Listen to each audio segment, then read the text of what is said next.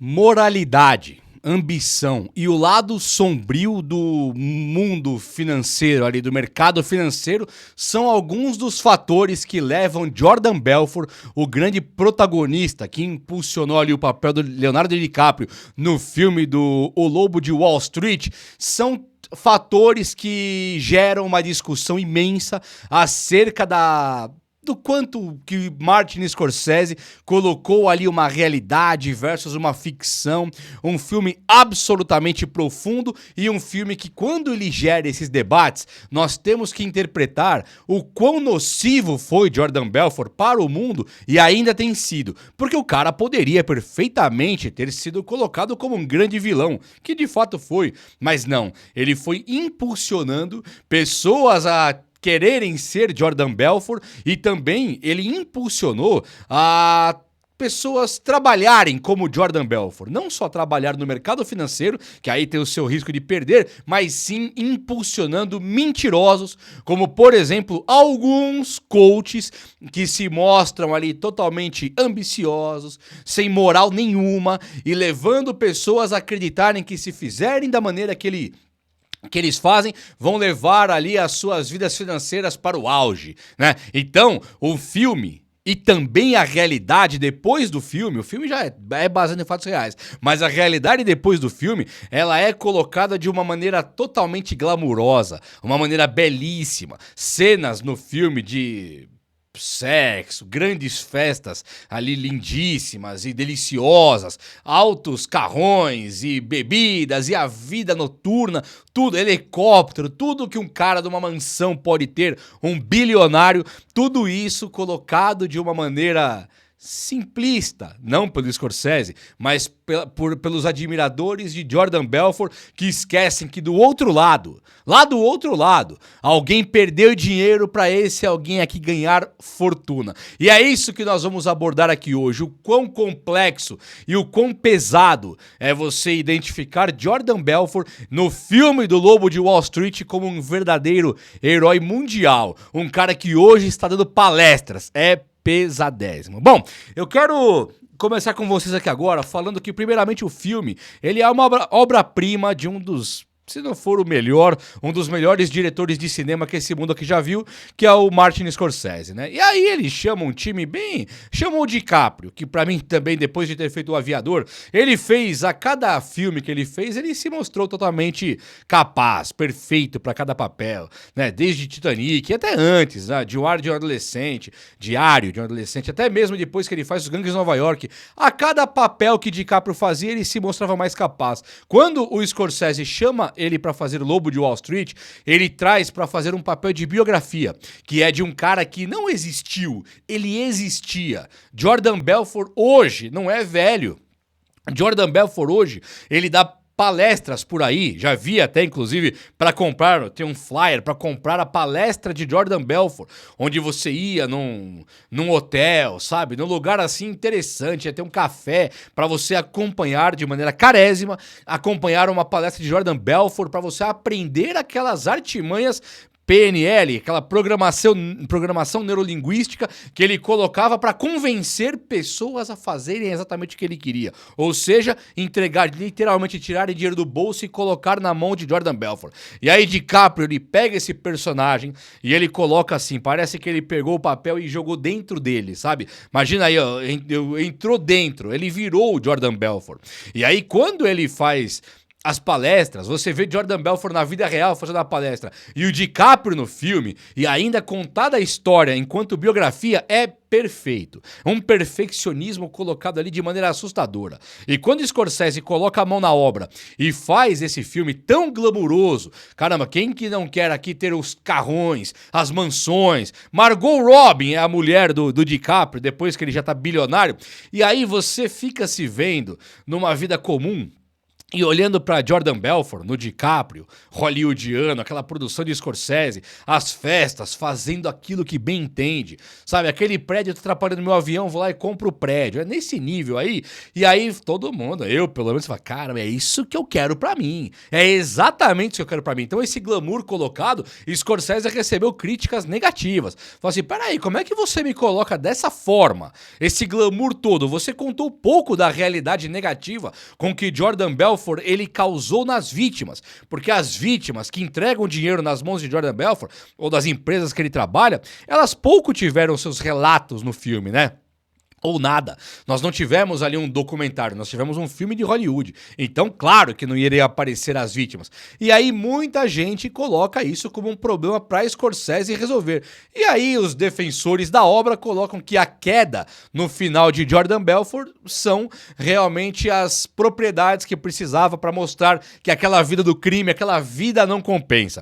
Acho ainda que o filme é perigosíssimo. E não pelo filme. Você assiste ao filme, assiste a obra de arte, assiste ao documentário e você olha para Jordan Belfort e fala, tá bom, beleza, foi esperto, foi interessantíssimo, mas passou, né? Só que pessoas mal intencionadas, elas pegaram aqueles ensinamentos de Jordan Belfort, aquele PNL, o straight line, né, que é você tinha, eu lembro que até estudei sobre isso no passado, começava a reunião com alguém, um encontro com alguém, os 5 primeiros segundos eram importantíssimos para você convencer o cara que você está negociando ou querendo negociar que você é o cara. Você então já tem aquele aperto de mão pensado. A tua roupa, não precisa nem falar, né? Roupa, barba, cabelo, a postura, a maneira que você se comporta, não precisa nem falar. Esse é um cartão de visita bem obrigatório, mas o aperto de mão, a impostação da voz, as primeiras palavras já são importantíssimas. E aí você coloca pro cara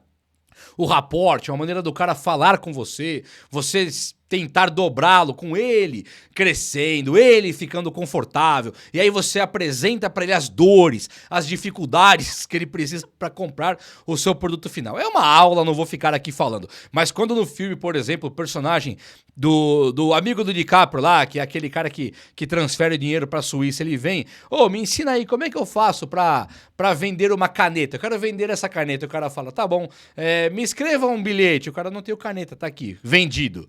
É você convencer a pessoa, cria a necessidade pra poder vender. E aquilo no filme, ele é colocado de uma maneira muito nefasta, pra ser sincero. O filme é corretíssimo. Ele coloca o roubo, a persuasão, o crime mesmo, ele coloca de uma maneira totalmente premeditada, calculada, e o personagem do DiCaprio, né, que é o Jordan Belfort, ele ensinando para aquela equipe dele totalmente inescrupulosa como convencer as pessoas, como se drogar, como beber durante o trabalho, como ficar com a sua mente totalmente preparada, totalmente explosiva para você chegar e vencer a todo e qualquer custo. Preciso vencer aqui. O vencer aqui era tirar o dinheiro de um inocente, vendendo ações de uma empresa de fachada, muitas vezes, que nem existia. Eles compravam antes, a ação valorizava, eles vendiam, compravam, vendiam para o mundo inteiro, depois eles mesmos vendiam, derretiam as ações dos outros e vendiam quando estava em alta. Uma jogada do mercado ali totalmente criminosa que leva o DiCaprio até a cadeia no filme. Só que, na vida real, Jordan Belfort também passou por esses perrengues. Então isso é pouco contado no filme e também pouco contado na história. Quando os coaches, quando a galera que assistiu esse filme foi estudar Jordan Belfort, depois de assistir ao filme, esses caras, eles começam, coaches mesmo, eles começam a mostrar pra você uma realidade que muitas vezes não existe. Aluga um carro, vai pros Estados Unidos e aluga uma casa, uma mansão que não é deles, consegue um acesso pra falar, eu vivo aqui, eu vivo assim, eu tenho aquele carro lá, quando na verdade nem tem. Então os caras, eles mostram pra você uma vida que você gostaria de ter e depois ele te garante que ele consegue fazer você vender e ter essa vida. Pra isso você só precisa comprar o curso dele. Então ele te dá uma motivada se mostrando de maneira mentirosa, e aí ele fala, agora compre o meu curso que você vai enriquecer. Quando na verdade você vai enriquecer o fulano, o coach, você vai enriquecer esse mentiroso. Então, não chega a ser um crime, mas é totalmente mentiroso, indelicado, é totalmente charlatão, sabe? É de um charlatanismo muito grande, é de uma picaretagem total. Quando, não todos, tá? Que fique claro que não tá generalizado. Mas quando o filme ele aborda essas questões da ética, da integridade, dessa questão do mercado financeiro, eles mostram pra gente que ganhar dinheiro é louvável, é top, é perfeito, mas a qualquer custo também é válido. E eu acho que essa discussão do filme é uma discussão que deveria ter tido melhor, depois do filme talvez. Não é a qualquer custo, na verdade. Não tô aqui também para explicar pro mundo, mas não é a qualquer custo, né? Quando você tem uma vítima do outro lado que passa por esses perrengues, que um espertalhão como um Jordan Belfort monta um sistema com programação neurolinguística, sabendo o momento que você vai recusar. Aí ele vai te colocar uma pulga atrás da orelha. Aí depois da pulga atrás da orelha, ele vai fazer você gostar dele. Depois ele vai te criar uma necessidade. E aí você mesmo vai comprar o produto dele como se fosse algo que você tivesse tido uma ideia junto com ele. É pesadésimo. E pessoas foram à falência, aos montes. Além da bolsa de valores que eles cometeram crimes, eles quebraram milhares de pessoas, mas milhares mesmo, tudo vendendo de maneira exacerbada, faturando, ganhando dinheiro de maneira ambiciosa e levando de fato a acreditarem, todos acreditarem que ele não tem nenhum tipo de escrúpulo, que o dinheiro vale e vale pra tudo. Essa representação da realidade versus a ficção, eu acho que ela é muito importante nós colocarmos, por quê? Quando Hollywood, quando um filmaço desse nos traz o exemplo, esse exemplo ele tem que ser muito inteligentemente colocado de lado para a realidade. A realidade é que todo mundo gostaria de ter os carrões, mansões, tudo de melhor na vida. Sabe, a liberdade financeira tão sonhada, viver de maneira que todo mundo gostaria, tranquilo, sabe, com o dinheiro sobrando, explodindo o dinheiro dos seus cofres. Isso tudo bem. Agora, a realidade pode não ser essa. Quando espertinhos, charlatães, eles conseguiram convencer uma grande massa do mundo inteiro de que é dando dinheiro pra eles que você vai conseguir, ou querendo viver igual esses mentirosos que você vai conseguir, aí o problema passa a ser muito maior.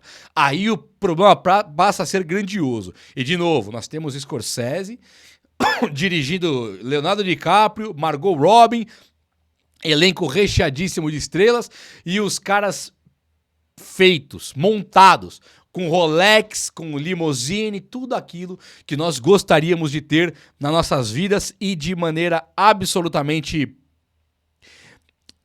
convincente, sabe? O uso da droga no filme, do sexo explícito que rola no filme também, é algo também a se pensar. Porque no filme ele coloca, não uma integridade, mas ele coloca uma motivação a mais pra você usar o branquinho lá que o DiCaprio usa.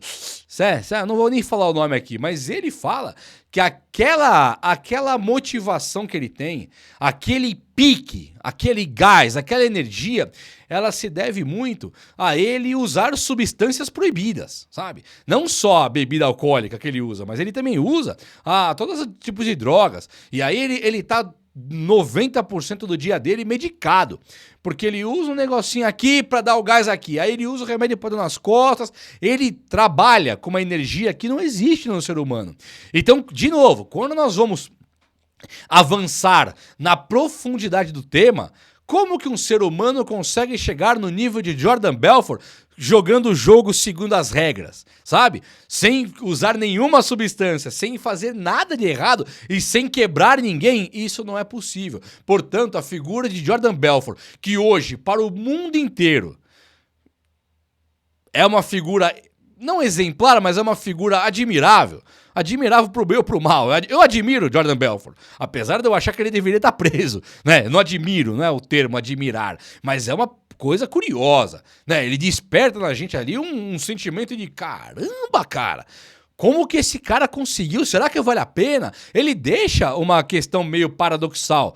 Ah, se eu não fizer, outro pode fazer. Mas peraí, tô tirando dinheiro de fulano, que é da aposentadoria, pessoas mais simples que estão recebendo uma ligação perfeita de alguém mentiroso e que ele tem todo tipo de artimanha para derrubar as suas barreiras de resistência contra esse mundo tão perigoso que tem aí fora e você fazer exatamente o que esse mentiroso quer.